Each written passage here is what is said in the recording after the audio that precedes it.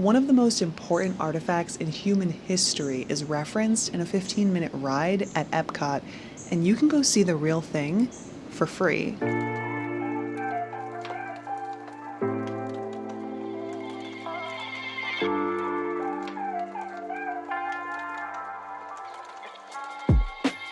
I think Walt Disney World catches a lot of flack, usually from people who feel like visiting theme parks are beneath them. You've probably heard people say things that illustrate this point before, like, why go here when you could go and explore the world and experience real culture? And I get that the theme parks aren't right for everybody. We say that all the time here on the channel, but one thing that I wish people would understand is that the curiosity, the interest, the wanderlust, it starts somewhere. And for a lot of people, myself included, maybe families who aren't travelers, people who don't go and do the most adventurous of things, places like theme parks can be a jumping off point. It can be that spark that lights the flames of curiosity and that ultimately gets people to go places they might never have gone otherwise. And no, this isn't going to be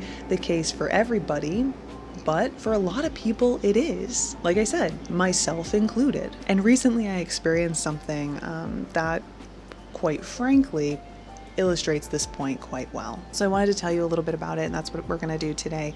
But our story starts at a place that honestly sparked my interest in travel. It's the thing that, quite frankly, may be the reason I do this today. EPCOT. For those of you who might have stumbled into this and you're not entirely familiar, EPCOT is a theme park at the Walt Disney World Resort. It's one of the 4 theme parks, and there's a lot going on at this park. It kind of focuses on a number of different things, but it also focuses on a little bit of history, a little bit of culture, and it allows you to kind of travel around the world in one day, experiencing a taste of 11 different countries with representatives from those countries. You can also learn some things if you're open to it. And one of those attractions that is just filled with history and information is called Spaceship Earth. It's the icon of the park. Sometimes people reference it as the big golf ball. It's a huge geodesic sphere. Inside of that sphere is an attraction. Longtime Disney fans are probably really familiar with this attraction because it's a classic. It's one that people love to ride every time they go to the park. It's also slow moving, gets you out of the sun.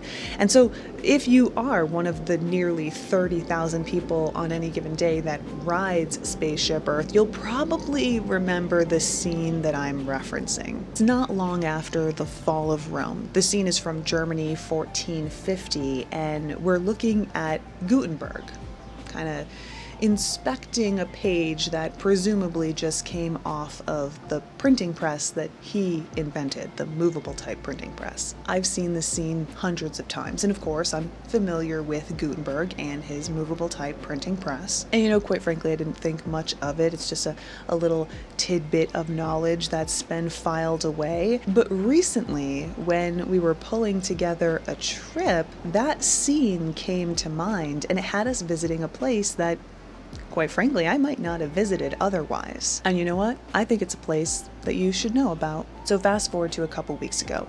We find ourselves in New Haven, Connecticut. It's a place that we decided to pop into, quite frankly, because pizza. I like pizza. A lot of people like pizza. And if you're familiar with the One Bite Pizza reviews, you might know that New Haven is known for having great pizza. Continuing in New Haven, the place is so old school in there, I felt like I was in The Sopranos or something. 9-2.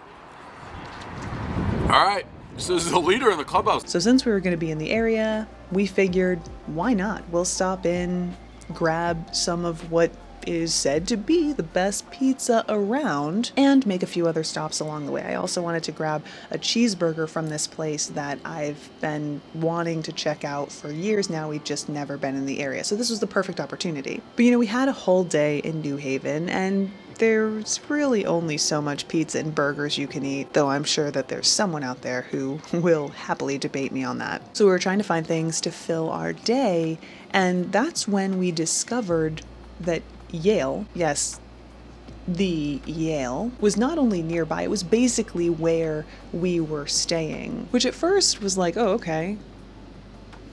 But then we started doing a little bit of research, which, as a side note, is exactly why you want to do a little bit of planning when you travel.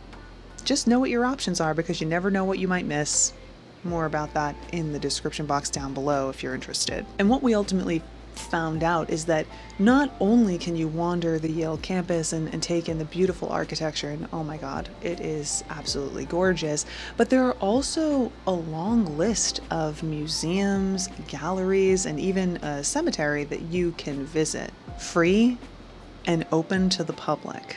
I'm talking a couple different art galleries. There's a natural history museum, which we also visited, and it was amazing. The cemetery is the resting place of many notable figures, including Eli Whitney, Charles Goodyear, and Noah Webster. But there's also a couple different libraries that you can visit as well, including the Rare Books Library. And this library, it quickly made its way to the top of my list of places to visit while we were in New Haven, because not only is it gorgeous, I mean, I've never seen anything like this in person, and not only is it interesting, which it is, I mean, the walls are made of marble specifically to prevent harsh light from coming in and damaging the books inside. The whole place is also described by some as an actual vault to protect these priceless works. But it's also the home of a Gutenberg Bible, one of only 21 complete copies left in existence.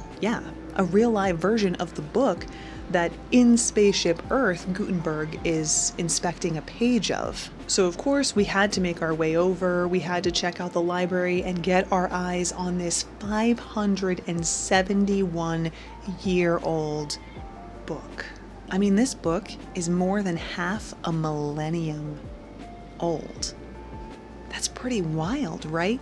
More than almost 6 centuries. And we had the chance to see it with our own eyes. Now, this book, this one that we were looking at, was completed around 1455, and my understanding is that it was printed on the printing press, the movable type printing press that was invented in 1450, and then of course it needed to be completed by hand. All the decorative work was done by hand.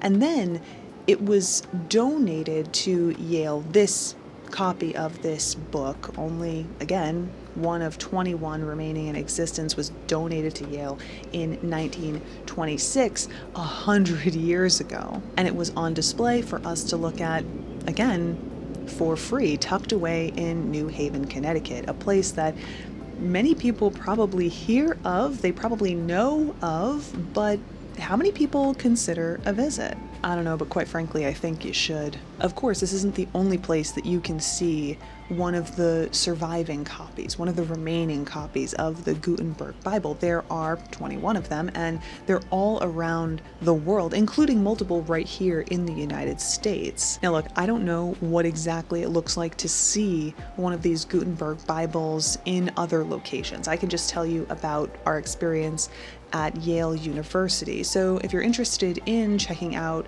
another one of these copies and seeing if you can take a look at this book for yourself, I recommend doing a little bit of research, looking into the location that's nearest to you and seeing what you may or may not need to be aware of in order to see that copy of the Gutenberg Bible. It might not necessarily be free in every location, it might not be accessible in every location, but it might be worth looking into. So if you didn't know this was even an option before, you do now. Like I said earlier, though, this is just a perfect example of how, you can find yourself interested or even aware of something because of a theme park, and that can lead you to some pretty interesting places that aren't theme parks, that might even lead you or put you on the path to even more interesting places that you weren't aware of to begin with. I mean, even in this example of us visiting New Haven, Connecticut, it's pizza. It's pizza and cheeseburgers that led us here, and that ultimately got us to see something that was pretty cool. And because we found this Bible, because we found this free library that we could go visit, we also found a free museum in New Haven as well, the Peabody Museum of Natural History, which we'll talk a little bit more about at a later date, but this was one of the best museums that I visited in a long time, and it too was free. Of course, I'll have links to all of this stuff in the description box down below if you're interested in checking it out. And who knows, there might be similar things at universities in your local area, wherever it is that you happen to be. You'll never know until you take a look. But I just feel like this goes to show you that these places that sometimes get a bad rap, that sometimes catch a lot of flack, they can be a jumping off point. And one of the reasons that I do what I do, one of the reasons that I talk about Disney to begin with, is because I feel like it is just that. It's a place where you can take your family and not only have a great time, but familiarize yourself with travel. Get yourself comfortable with what it looks like to go places and do things. Get yourself comfortable with what it looks like to be in a high stress situation, because let's be real, it can absolutely be that. But if you let it, it can also be the thing that gets you curious, gets you interested in going more places, doing more things, and ultimately seeing more of the world than you otherwise might have. All because, that was pretty cool at EPCOT.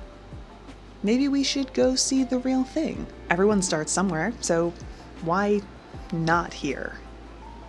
It's just something to think about. Anyway, like I said, links will be down in the description box below. Check it out, and if you do, let me know what you think.